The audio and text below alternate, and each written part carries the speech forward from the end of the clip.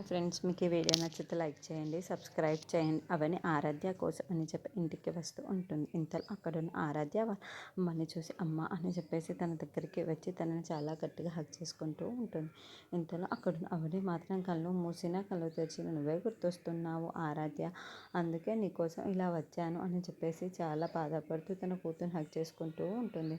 ఇంతలో అక్కడున్న ఆరాధ్య మొత్తం నాన్న నీకోసం ఎందుకు అలా మాట్లాడుతున్నాడు, నాన్న అలా మాట్లాడుతున్నాడు అంటే నాన్న చెడ్డవాడా అని చెప్పేసి అడుగుతూ ఉంటుంది. ఆ మాటలు వినగానే అక్కడున్న అవని ఒక్కసారిగా షాక్ అయిపోతూ ఉంటుంది. తప్పమ్మా, అలా మాట్లాడకూడదు, మీ నాన్న చాలా మంచివాడు, చాలా గొప్పవాడు, అలా ఎప్పుడు ఆలోచించకూడదు, అలా మాట్లాడకూడదు అని చెప్పేసి అంటూ ఉంటుంది. ఆ మాటలు వినగానే అక్కడున్న ఆరాధ్య అయితే ఒక్కసారిగా షాక్ అయిపోతూ ఉంటుంది.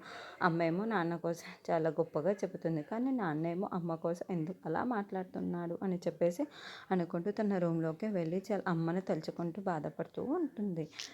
ఇంతలో అక్షయ్ ఆరాధ్య దగ్గరికి వచ్చి ఏం చేస్తుంది నా చిట్టి తల్లి, ఇక్కడ ఒంటరిగా ఏం ఆలోచిస్తుంది నా చిట్టి తల్లి అని చెప్పేసి ఆరాధ్య దగ్గరికి వస్తూ అక్కడ కూర్చొని ఉంటాడు. ఇంతలో అక్కడున్న ఆరాధ్య మాత్రం నాన్న, నువ్వు అమ్మ కోసం చాలా చెడ్డగా చెబుతున్నావు, కానీ అమ్మ మాత్రం నీ కోసం ఏం చెప్పిందో తెలుసా అని చెప్పేసి అంటూ ఉంటుంది.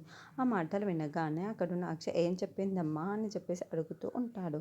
నువ్వు చాలా గొప్పవాడివి, చాలా మంచివాడివని చెప్పింది, కానీ నువ్వు మాత్రం అమ్మ కోసం చెడ్డగానే నా దగ్గర చెప్తున్నావు అని చెప్పేసి అంటూ ఉంటుంది. ఆ మాటలు వినగానే అక్కడున్న అక్షయ్ ఒక్కసారిగా షాక్ అయిపోతూ ఉంటాడు. ఇంతలో అవని ఆరాధ్య దగ్గర అక్షయ్ని తలుచుకుంటూ బాధపడుతూ ఉంటుంది.